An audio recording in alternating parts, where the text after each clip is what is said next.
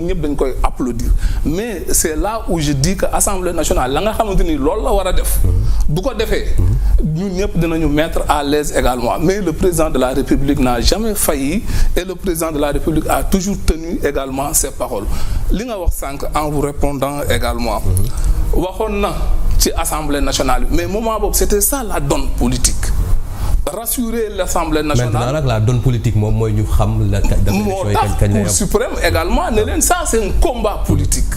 Le combat politique ku nekk. non c'est pas c'est un calendrier électoral boo xam ne. le calendrier électoral ci Sénégal ñu toog ba à tel moment xamuñu ndax élection day am. monsieur Khalifa le calendrier électoral c'est la respecter avec le président de la République son excellence monsieur Bassirou Diomaye Faye. moi en tant que exécutant du pouvoir. loolu laa mën a teg ci loxo Sénégalais yi.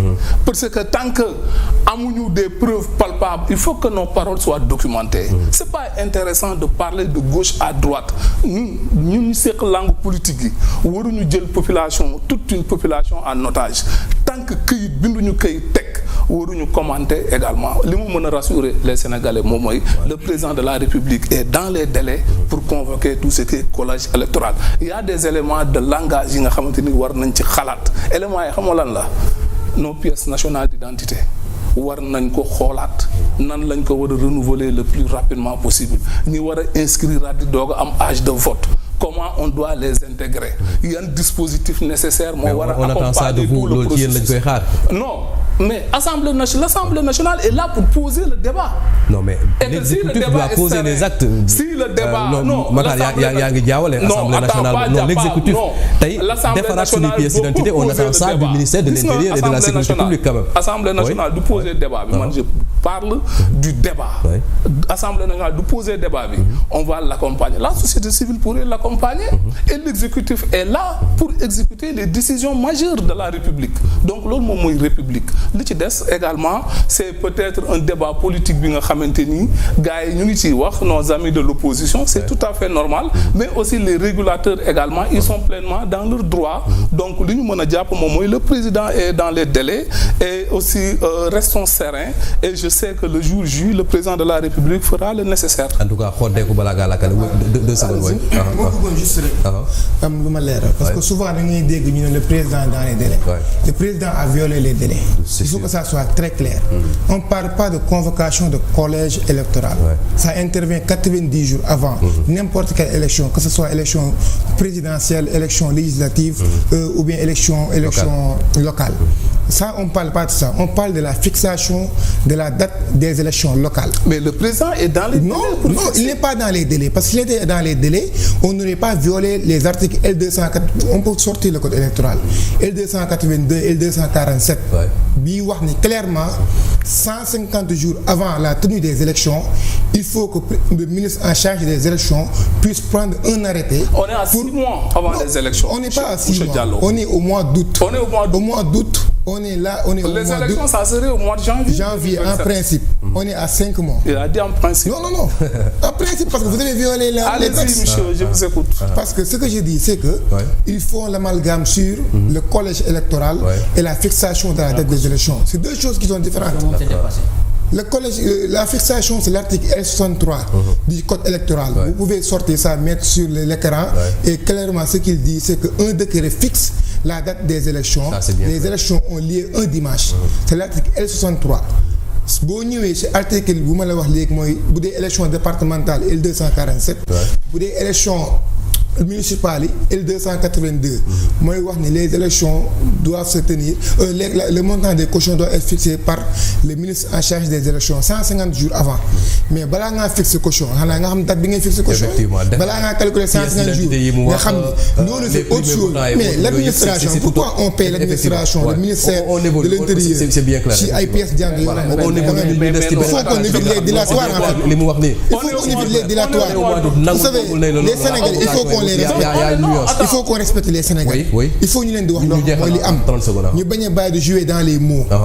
On parle de tel corps électoral nangam ku nekk jàpp ñu ne am na temps nañ ko may 3 mois. Alors que c'est pas ça.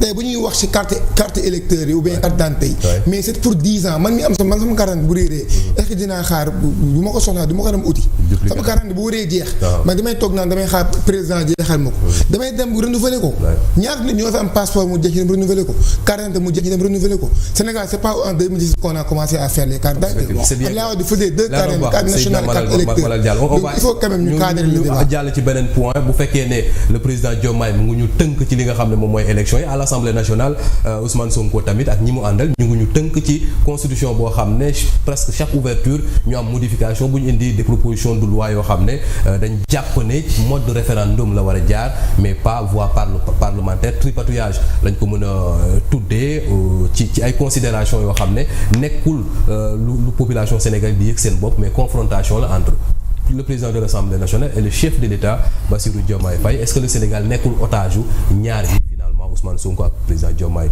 yéen waa ñoo la nga xam ne yéen a gën a nekk en alerte sur ces questions là.